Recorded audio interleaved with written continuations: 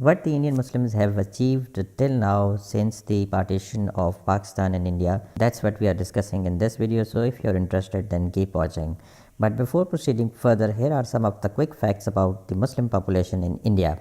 Muslims form 14.7% of the India's 1.1 billion population. India has more Muslims than any other country except Indonesia and Pakistan. Indian Muslims have lowest living standards in the country on per capita basis. Now we will try to examine the employment rate of Muslims in big government departments like railway, Indian army, bureaucracy and banking jobs. We would also try to examine that what is the percentage of Muslims living under poverty line and how Muslims are actively participating in the Indian politics. Muslims comprise only 5% of the employees in India's big government. Only 5% of the Muslims are in Indian Railway, the country's biggest employer. 3 out of 1.1 Indian soldiers, only 29,000 are Muslims, which comes out to be less than 3% of the Indian army. The overall percentage of the Muslims in bureaucracy in India is just 2.5%. 3.5% of the country's banking employees are Muslims. 31% of the Muslims are below the country's poverty line.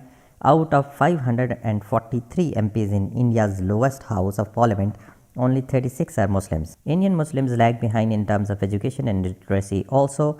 Let's have a look at some of the quick facts about the achievements of the Indian Muslims in the field of education. Such panel shows that percentage of the Muslim students doing undergraduate course is less than 9%, while quarter of the Muslim children in the age group of 6 to 14 have neither attended the school or have been dropped out. Out of every 1,000 Muslim boys, only 10 enter the post graduations, and for the Muslim girls, this figure is just 2. Only 5% of the Muslim women manage higher education.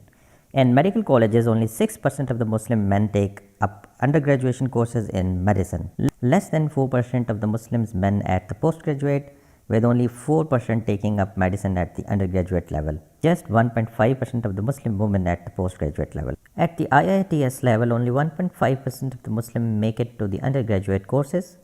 It is 3.5% to postgraduate level and 4.5% at the research level.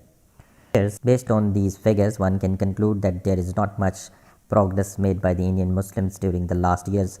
Muslims still lag behind in many areas, whether it is education, employment or social awareness. Nehru once said, if India was to be a secular, stable and a strong state, then our first consideration must be to give absolute fair play to our minorities. يلومونني في اشتهاء الحياة وأني للذاتها أرتوي وأني بها مغرم